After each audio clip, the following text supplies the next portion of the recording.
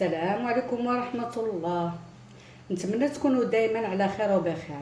اليوم ان شاء الله بغيت نقدم لكم وصفة رائعة غزالة غزالة بمناسبة هذا الفصل اللي معروف بتقلبات الجو.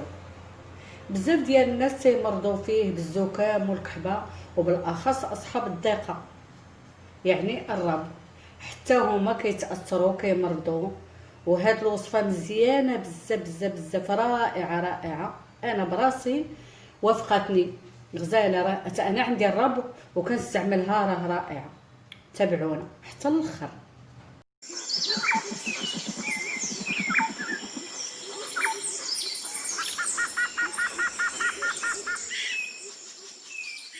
بسم الله. كنحتاجوا اهم حاجه هي الشريحه، ها هي كرموس ولا التين، ها هما عندها بزاف ديال الاسماء. كنحتاجوا الثومه، ما دايرهاش بزاف،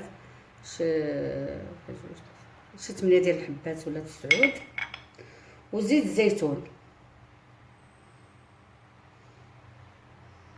بسم الله. كناخذوا هاد الشريحه هادي، كنحيدوا ليها هاد المجني ديالو شويه ونقسموها على جوج، هي باش نشوفوا واش ما فيها حتى حاجه. من بعد ما كنا غسلناها مسحناها مزيان لا يكون فيها شي حاجه، تمروا حنا كنحيدوا ليها هكا، نحلوها. راه رطبه دغيا كتحيد. انا هذه ديالنا ديال البلاد كرموس، حنا فاش كنجيبوها من البلاد كنديروها في الفريغو باش تبقى لنا مزيانه، كتبقى رطبه. هادشي علاش رطبه.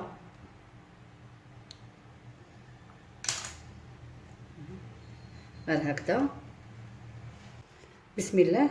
من بعد ما حلينا هاد الكريميسات هادو، حليناهم هكا، خصهم يتحلوا مزيان وشفنا واش ما فيهم والو نقيين. دابا غنديروهم في القربه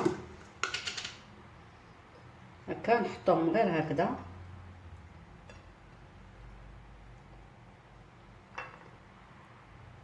خصهم يتحلوا شويه باش غنديروا واحد 2 طريفات ديال الثومه. بعد نزيدو عليهم، انا راه عندي غير هذه بغيت نديرها معكم حيت انا راه ما دائما تقريبا كنصور. وعاد عندي وحده اخرى هي اللي هائله نمور، هذه غنوريها لكم. راه ما كايناش في يوتيوب، مازال ما حطها حتى شي حد، ديالي حصريه كنستعملها. انا راه كنت عندي الرب، كنت كنزير، كندير فونطولين، والصراحه كنزير بزاف، ولكن من كنديرها من اول استعمال كي كديريها كتحسي براسك مزيان، كتطلق. من بعد غنخوي عليها هذا الزيت هذا حتى تعمر. من بعد ما عمرناها بالزيت حتى غطينا داك الكرموس، غنغطيوها ونخليوها واحد 10 ايام هكاك، ولا 8 ايام ولا 10 ايام، وبقاو تستعملوه. منين تساليو هاد الكرموس هادي بالماكله عاودوا ديروا وحده اخرى كتكون الثومه طالقه فيها.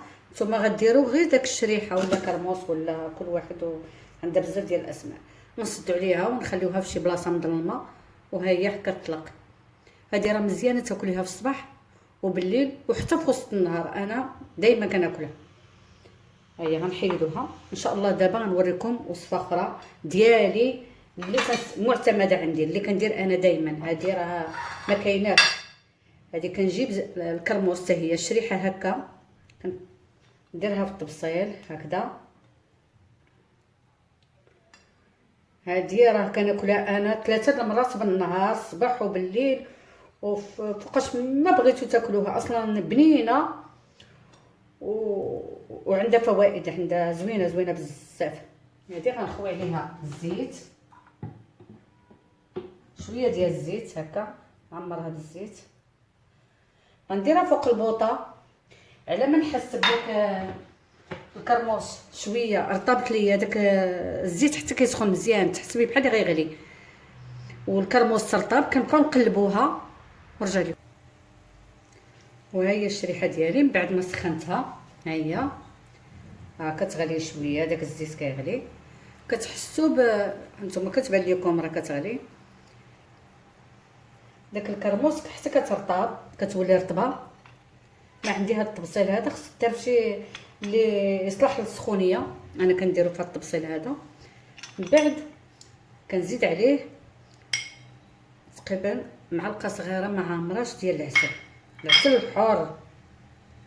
كنبقى ندير له هكذا بهذا العسل ونخلطها مزيان باش تدخل فيه هذاك العسل وداك الزيت. كتكون سخونه والكرموس ديالنا، هاد الشريحه ديالنا كتكون رطابت.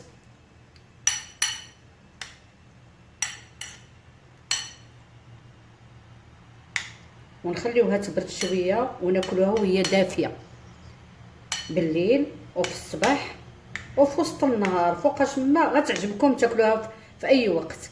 عجيبه هذه في البلاصه، كتحس براسك مزيان، داك الكحبه ما كتبقاش، ضيق التنفس كترتاحي ما كتبقاش. انا راه كنت كندير الروابز ما بقاش كندير، كنتبع غير هاد الطريقه هذه احسن طريقه لصحاب الكحه، هي اللي كنعطي لولادي وكنستعملها حتى انا.